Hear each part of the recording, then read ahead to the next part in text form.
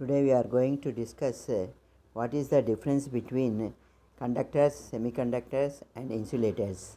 How can we explain the difference using the band theory of solids? Now we have know that conductors are example for conductors is copper, silver and all metals. Pure semiconductors are silicon and germanium, and insulators are wood, diamond, quartz. For this, we have to know how energy bands are formed. When single atoms are there, there will be no overlapping or newly forming bands. You observe in the figure, it is shown for single atom. Energy levels of inner atoms and upper level is energy levels of outer electrons when they have single atoms. If many atoms comes together, then what happens? Inner energy levels not changes, they are not altered, they are remains same. For outer levels, what happens? They will form new bands called energy bands. How we will define a energy band? A group of large number of closely spaced energy levels is called energy band. So we will have two types of energy bands. One is valence band and uppermost level is called conduction band. So we will define what is the valence band. The highest uppermost energy band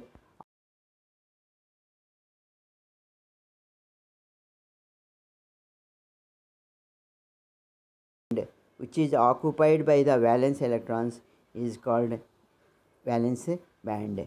And what is a conduction band? An unoccupied or an empty band is is called free band or a conduction band. Now we will look into the matter of conductors. Conductors will have two types of different electronic configuration. A solid is always a conductor if its valence band is not completely filled. If its valence band is not completely filled, then it behaves as a solid. That solid behaves as a conductor. For example, first group elements lithium, sodium, potassium, rubidium and cesium. So in this what happens? Valence band is not completely filled. Second one case, what happens? A solid will have both conduction band and valence band will be overlapped. Then that also behaves as a conductor. For this example is second group elements beryllium, cadmium, magnesium, zinc, etc. Now you observe it is shown in the figure. In metal 1, energy levels of upper levels are empty and lower levels are filled with electrons. This is in valency band. In second type, what is there? Both Cb is conduction band, Vb is valence band, both are overlapped. This is a type 2 conductors. Number 1 is type 1.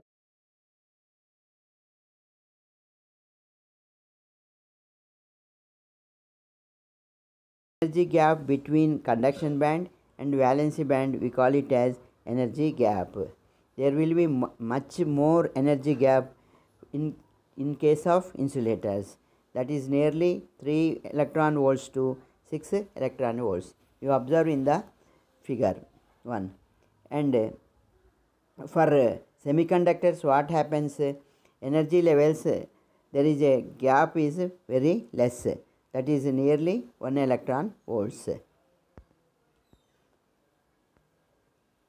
We have example of semiconductors, that is a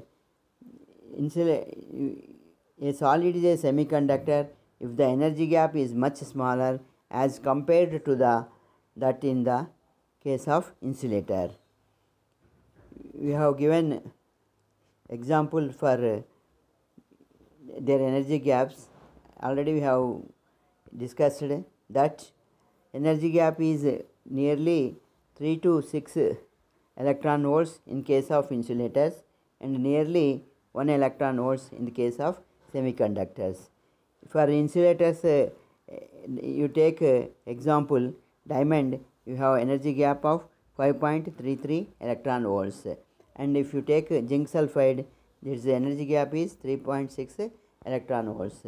In case of semiconductors, if you take silicon, that energy gap is 1.14 electron volts, and for germanium 0.67 electron volts.